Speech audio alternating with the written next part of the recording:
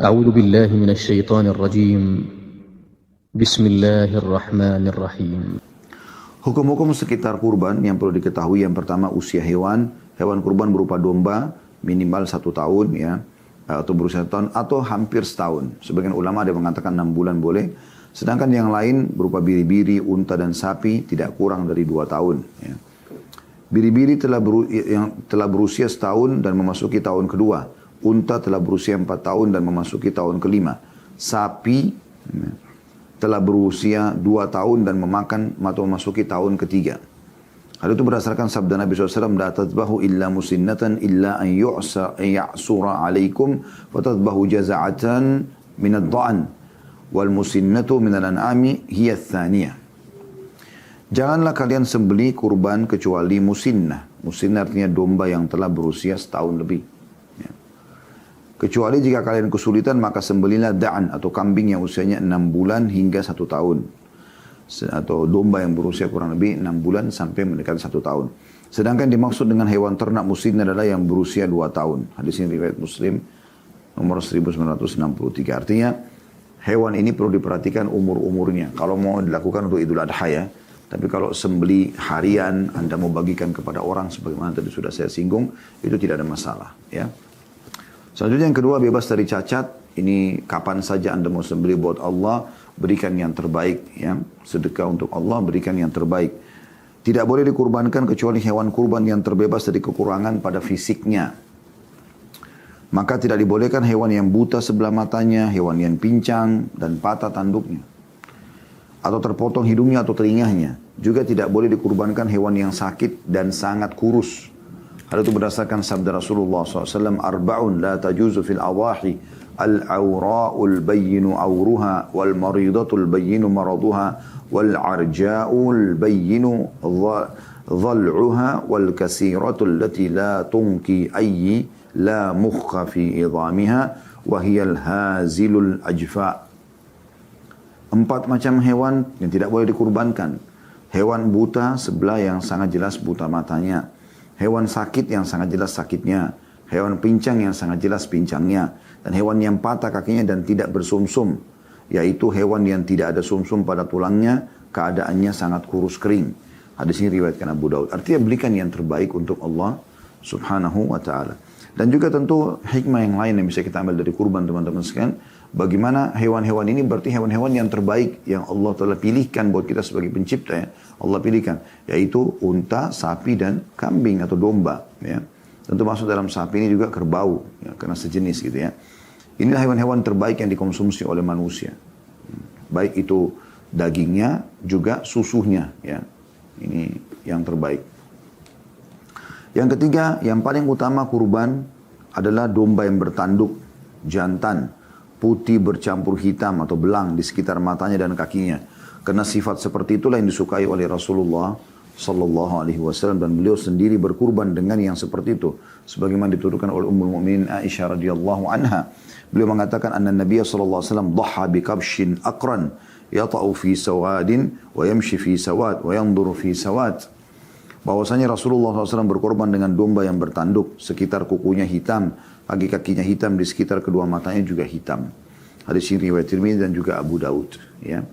Jadi kalau kita dapatkan bagus, dombanya berwarna putih, tapi kedua kakinya, daerah lututnya, matanya itu ada bulu hitamnya. Kalau tidak, maka Anda bisa pilih domba yang lain, tidak ada masalah. Ya. Walaupun khilaf di antara ulama mana lebih afdal. Apakah domba atau hewan-hewan yang lain. Ada yang mengatakan domba karena Nabi SAW memilih itu. Dan juga bagaimana Ismail AS diganti oleh Allah dengan domba.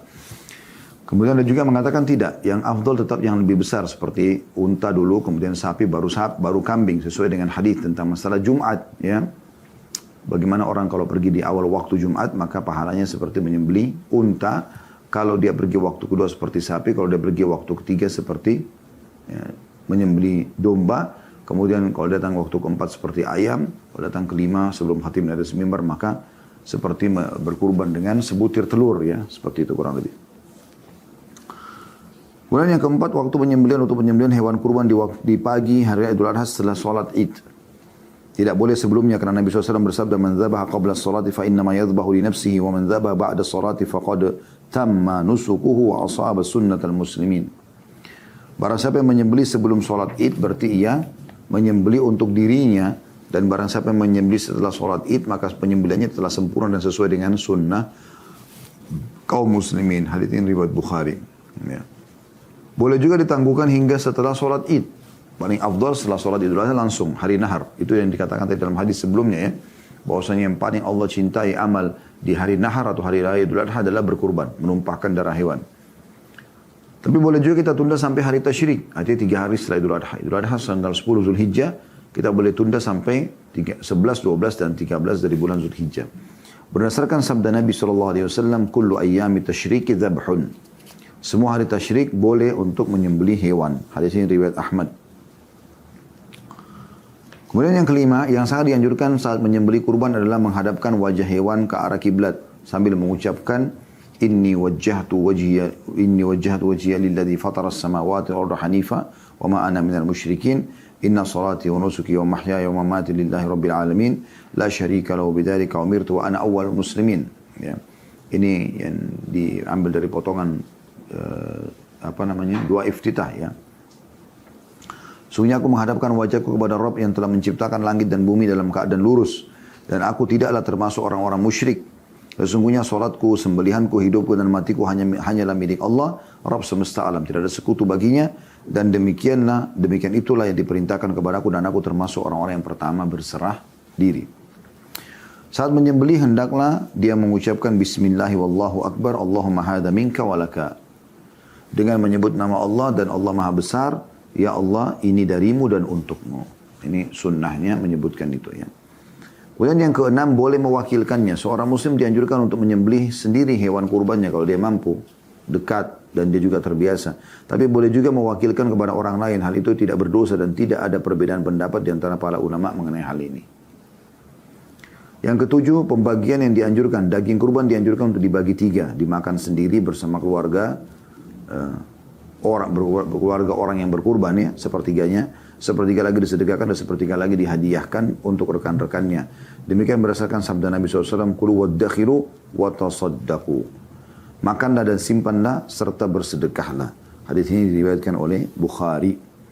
Boleh juga disedekahkan semuanya dan boleh juga tidak ada yang dihadiahkan dari daging kurban tersebut. Jadi bebas. Boleh nggak saya sembelih domba, semuanya saya simpan buat saya makan sekeluarga? Boleh. Saya sembelih sapi semuanya, saya pakai, boleh.